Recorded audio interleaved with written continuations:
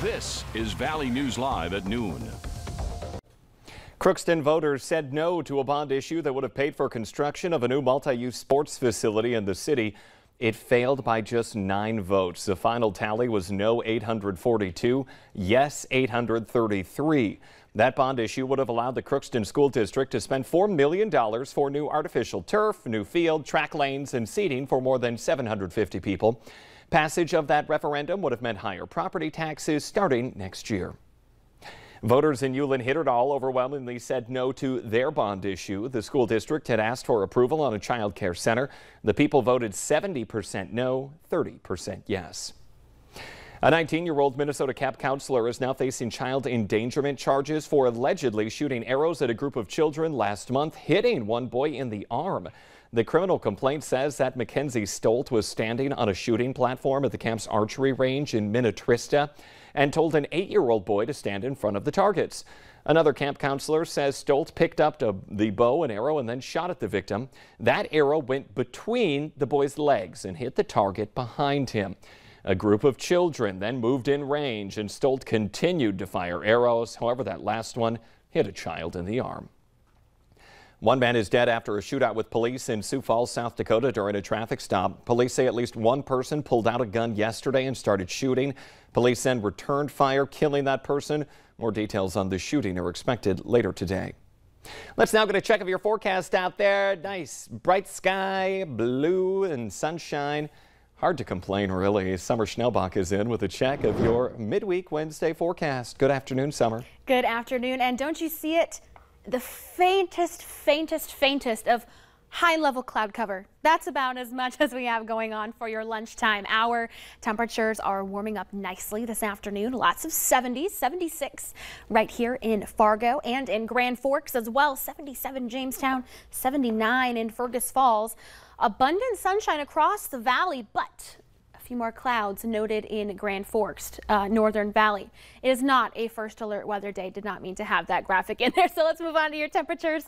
We are widespread in the 70s, 72 in Thief River Falls, Langdon, and Devil's Lake, 77 in Jamestown, 80 at this hour in Aberdeen, South Dakota.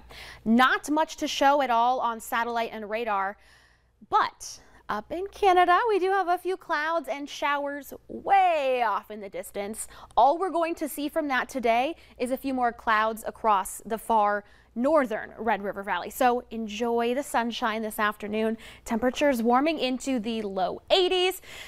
And we'll talk about our next little system that we have coming up that might impact some of your outdoor plans for tomorrow. It's coming up in just a few minutes. Okay, well today though, the outdoor plans are endless. Nice weather out there. Yes. All right, Summer, thank you.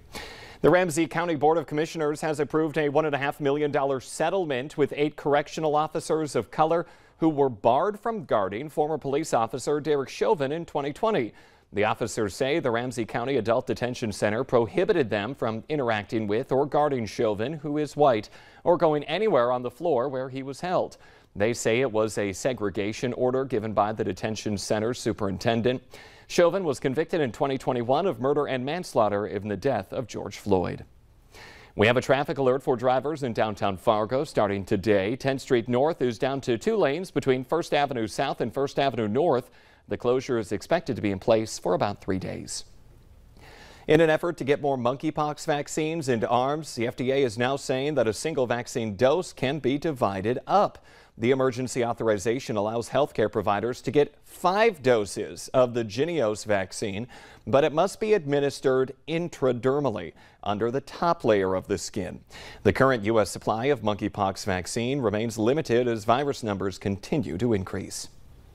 Former President Donald Trump says he invoked his Fifth Amendment rights and refused to testify under oath today in connection with a long-running civil investigation by the New York State Attorney General's office into the Trump Organization's business dealings. The former president has denied wrongdoing and calls it a witch hunt. The deposition comes just days after the FBI carried out an unprecedented search of his Mar-a-Lago estate in an unrelated matter. Naomi Ruckham has the latest from New York. How do you feel, Mr. Trump? How do you feel?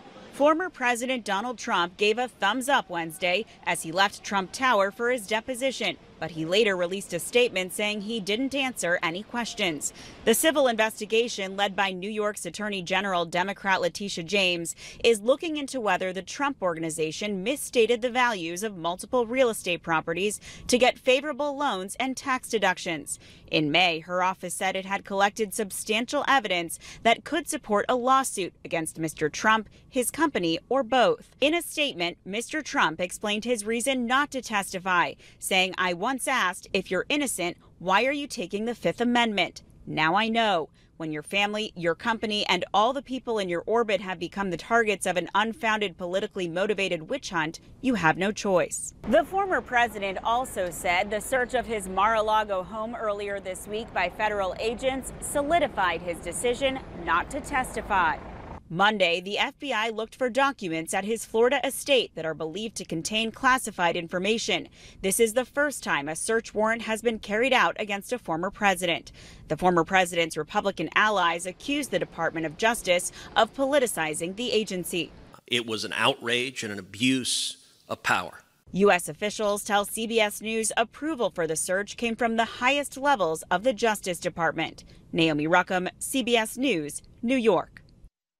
At least two of the former president's lawyers were at the estate during that raid. But Wednesday on his social media platform, Mr. Trump wrote that the FBI wouldn't let anyone near the areas that were being searched and suggested that evidence may have been planted. Coming up here at noon, getting a shot to prevent the bullseye, the new Lyme disease treatment that's being tested. But next, it's shaping up to be a very pleasant day out there. Summer Schnellbach has your forecast.